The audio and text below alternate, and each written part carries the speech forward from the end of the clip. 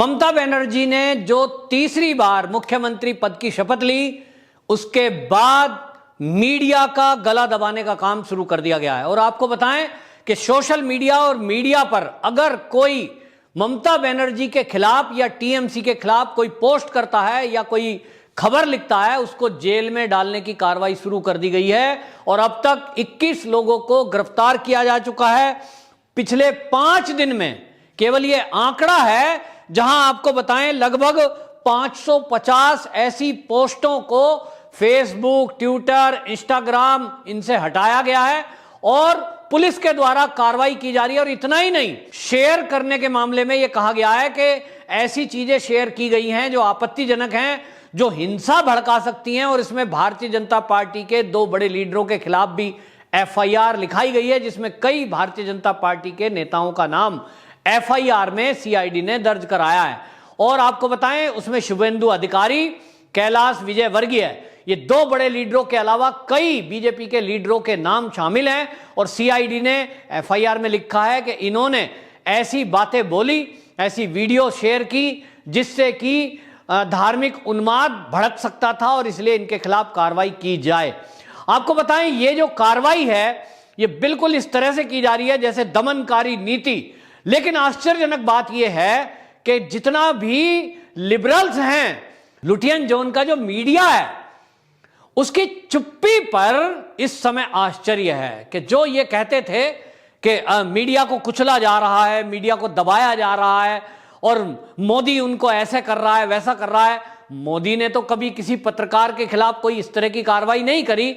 हां, यह बात अलग है कि कोई पत्रकार यदि देश विरोधी कोई पोस्ट लिखता है, देश विरोधी गतिविधि में यदि कोई लिप्त है, ऐसे में 1-2 जरूर पीएफआई से संबंध रखने वाले पत्रकारों के खिलाफ कार्रवाई हुई है। और वो कार्रवाई एनआईए ने या एटीएस एसटीएफ ने की।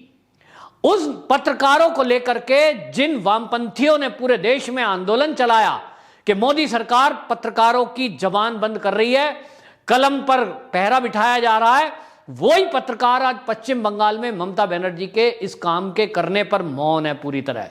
ममता बनर्जी हिंसा को पूरी तरह नकार रही है और वो कह रही है कि मेरे शपथ लेने के बाद कोई हिंसा नहीं हुई। ये भाजपा वाले जो आईटी सेल है, ये गलत और भ्रामक प्रचार कर रहा है।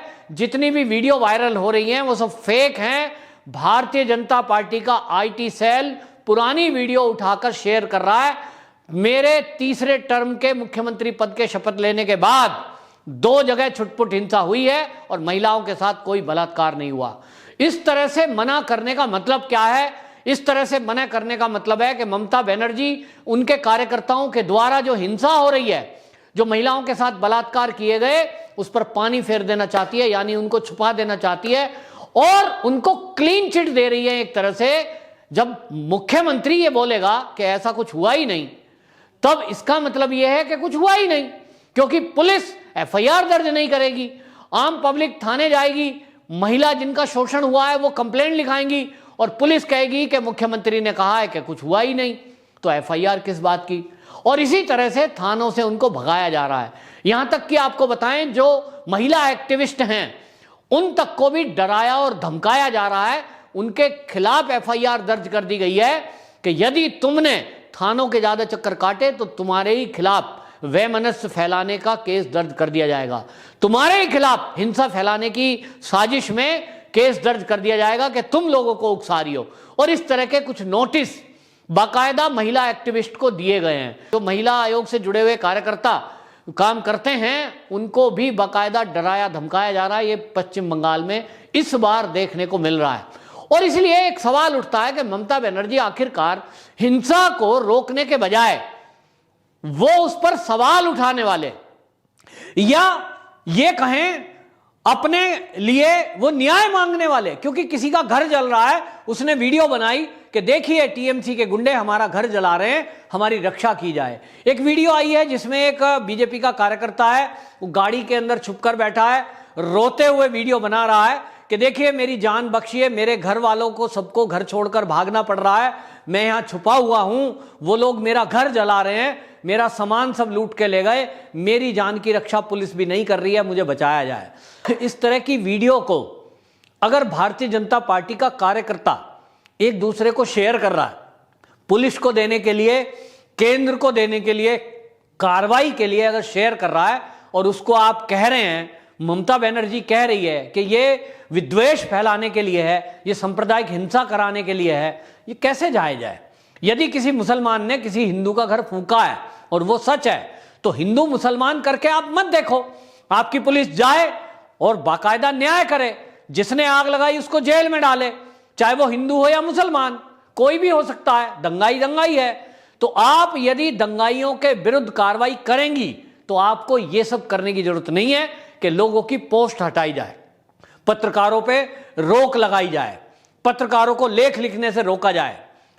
टीएमसी के गुंडे हमने देखा है कि जो वहां सोशल मीडिया या मेन स्ट्रीम मीडिया है, उनके पत्रकारों तक पे हमले हुए हैं, कैमरे तोड़ दिए गए। चुनाव के दौरान यह हुआ, और अब चुनाव जीतने के बाद तो वो आजाद हो गए, क्योंकि तब तो कहीं ना कहीं चुनाव आयोग का डंडा था, लेकिन अब तो आजाद है, अब तो उनके ऊपर मुख्यमंत्री है, और मुख्यमंत्री उनकी खुद की है, टीएमसी की है, टीएमसी के कार्यकर्ताओं के संरक्षण कर रही है, और पुलिस भी इस समय कुछ नहीं कर पा रही है। तो आपको बताएं कि इस समय ये जो चल रहा है, इस सब के लिए पुलिस का सहयोग लिया जा रहा है, सीआईडी का सहयोग लिया जा रहा है, और ये सब करने में इस समय कमर कसी गई है कि जो भी कोई सोशल मीडिया पर इस तरह की पोस्ट डालेगा उसको पकड़ के जेल में डाल दो। तो मैं आपको बता रहा हूं कि ये चैनल पे मैं बोल रहा हूं, और ये चैनल यूट्यूब के जरिए, फेसबुक के जरिए आपके बीच में जाएगा, लेकिन आप देखना कि पश्चिम बंगाल में इसी को लोगों को शेयर नहीं करने दिया जाएगा, और लोगों की हिम्मत नहीं है कि वो शेयर करें। ये बात अलग है कि जो लोग फेसबुक पे इस चैनल को देखेंगे वो तब तक बैन नहीं हो सकता जब तक कोई आपत्तिजनक बात नहीं है। और हम यदि ये कह रहे हैं कि कोई पश्चिम बंगाल में हिंसा हुई है और लोग हमें वीडियो भेज रहे हैं कि हमें बचाइए, ऐसी विजुअल आए हैं, घर जल रहे हैं लोगों के, तो आप चैनल को कब तक बंद कर देंगे? और आपने अगर पश्चिम बंगाल में ये सब डरा धमका कर लिया है, तो मुझे उस मीडिया से सवाल करना है जो इंटरनेशनल मीडिया जरा सी एक बात पर, जरा सी किसी हिंसा पर उत्तर प्रदेश में धरना दे देता है, 24 घंटे लाइव चलाता है। आज सारे चैनल मौन है, पश्चिम बंगाल की हिंसा को लेकर सब चुप क्यों? ममता बनर्जी के द्वारा यदि सोशल मीडिया पर बंदिश लगाई जा रही है, लोगों को जेल में डाला जा रहा है, सोशल मीडिया पर शेयर करने के नाम पर एफआईआर दर्ज की जा रही है, इस मुद्दे पर मेन स्ट्रीम मीडिया तो कुछ बोल ही नहीं रहा। तो क्या मेन स्ट्रीम मीडिया में जो इंडिया टुडे ग्रुप है, रिपब्लिक भारत है, जी न्यूज है, एबीपी न्यूज है, इंडिया टीवी न्यूज है, ये बड़े बड़े चैनल क्या सब डर गए ममता बनर्जी से? सवाल उठता है, डर गए या कुछ और बात हुई है? दूसरी बात क्या हुई है मैं नहीं जानता, मैं कह भी नहीं सकता। बड़े बड़े चैनल है भाई, उनकी बहुत बड़ी ताकत है। तो ऐसा तो मैंने नहीं देखा कि वो किसी मुख्यमंत्री से डर गए। हां, ऐसा जरूर देखा है कि वो किसी मुख्यमंत्री की किसी भी कार्रवाई को इग्नोर करते हैं कि उसने कुछ किया, छोड़ो, बाकी कोई करेगा बिल्कुल ना छोड़ो। हां, यह बात मैंने देखी है कि अगर भारतीय जनता पार्टी की कहीं सरकार है, खास तौर पे योगी जी उत्तर प्रदेश, वहां तो इंटीरियर गांव में चले जाएंगे, 150 किलोमीटर दूर मेन शहर से गांव कोई छोटा सा पिपली लाइव करने में कोई मीडिया गुरेज नहीं करता, उसको 24 घंटे लाइव दिखाएंगे, ढूंढेंगे बुलंदशहर में कहां है गांव, वो ढूंढो जहां एक दलित के साथ अत्याचार हुआ है, जहां एक मुस्लिम के साथ अत्याचार हुआ है। मतलब इस मेन स्ट्रीम का मीडिया, भारत का मीडिया किस तरह की खबरों को सूंघकर चलाता है कि 3 कंडीशन मेन है। भारतीय जनता पार्टी की सरकार हो, नंबर 2 बीजेपी का नेता कोई इन्वॉल्व हो, नंबर 3 बीजेपी के कोई प्रधान हो, या कोई ऊंची जाति का व्यक्ति इन्वॉल्व हो, जैसा हमने बुलंदशहर में देखा हमने कि एक ठाकुर जाति का व्यक्ति है, वहां दलित लड़की है, तो समझ लीजिए मीडिया को फुल पेज की खबर मिल गई, 24 घंटे चलाने के लिए मसाला मिल गया, सब पहुंच गए। तो मैं ये पूछ रहा हूं, ये मीडिया है, ये जो जाति में दंगा करा रहा है, जिसकी वजह से ऊंची जाति और नीची जाति जाति कोई ऊंची नीची होती नहीं है, ये बनाई इन लोगों ने कि ये देखिए एक ठाकुर ने एक दलित बच्ची के साथ बलात्कार। अरे भैया, बलात्कार बलात्कार है, वो किसी ब्राह्मण की बेटी के साथ हो या किसी ठाकुर की बेटी के साथ हो या दलित के, लड़की की इज्जत सबकी बराबर है। तब ये मीडिया भेद क्यों करता है? इसी तरह ये अब राज्यों में भेद करता है। भारतीय जनता पार्टी का शासन है तो मीडिया कवरेज करेगा। योगी जी के शासन में कहीं कुछ हो जाए, कहीं किसी एक झोपड़ी में आग लग जाए तो ये पूरा बवाल मचाएगा मीडिया, इंटरनेशनल मीडिया भी पहुंचेगा। लेकिन जहां बीजेपी का शासन ना हो, कांग्रेस का हो, टीएमसी का हो, आम आदमी पार्टी का हो, शिवसेना अब तो विपक्ष में है, शिवसेना, एनसीपी, कांग्रेस, वहां खबर नहीं दिखाएंगे। तो ममता बनर्जी की खबर कोई नहीं दिखाएगा। ममता बनर्जी के इस अत्याचार के खिलाफ कोई नहीं बोलेगा, और जो बोलेगा उसको जेल में डाल दिया जाएगा। तो समझ में आता है कि पश्चिम बंगाल में रह रहे पत्रकारों को डर है टीएमसी सरकार का, टीएमसी की पुलिस का, यानी ममता पुलिस का, या टीएमसी के गुंडों का। लेकिन मेन स्ट्रीम का मीडिया क्यों चुप है, इस पर आश्चर्य और सवाल उठता है, प्रश्न चिन्ह। इन लोगों को यह लग रहा है कि अब चैनल ही देखना बंद करना पड़ेगा और लोगों को यह तय करना पड़ेगा कि देश की बातें आप तक जो पहुंचाता है, वो चाहे कोई वेब चैनल हो, चाहे यूट्यूब चैनल हो, आप उसका साथ दीजिए, उसको सब्सक्राइब करिए, उसको लाइक करिए, उसके व्यूअर्स बढ़ाइए, उसको शेयर करिए, उसको आगे बढ़ाओ।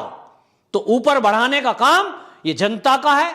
नंबर 1 अगर कभी रिपब्लिक को बनाया था तो जनता ने बनाया था। सुशांत सिंह राजपूत की घटना को लेकर के उसने अत्याचार दिखाया, लेकिन अब अगर वो नहीं दिखा रहा है, इस तरह की खबरें दिखाना बंद कर दिया है, लोगों को मैनेज करना शुरू कर दिया है, तो उसको नीचे लाना भी अब हमारा काम है। मैं किसी पर्टिकुलर चैनल की बात नहीं कर रहा, मैंने केवल उदाहरण दिया है कि जिस तरह पहले इंडिया टुडे ग्रुप नंबर 1 पर था, लेकिन लोगों ने रिपब्लिक को ऊपर किया क्योंकि वो देश के हित की खबरें दिखा रहा था। कहीं ना कहीं वो पक्षपात नहीं करता था, लेकिन अब देखने में आ रहा है कि इस तरह से वो उन्हीं चैनलों में शामिल होता जा रहा है। अब उसको भी ये चस्का पड़ गया है कि बीजेपी शासन की कोई खबर है तो ज्यादा दिखाएगा, ममता बनर्जी और दिल्ली की खबरें वो दिखाना बंद कर चुका है शायद।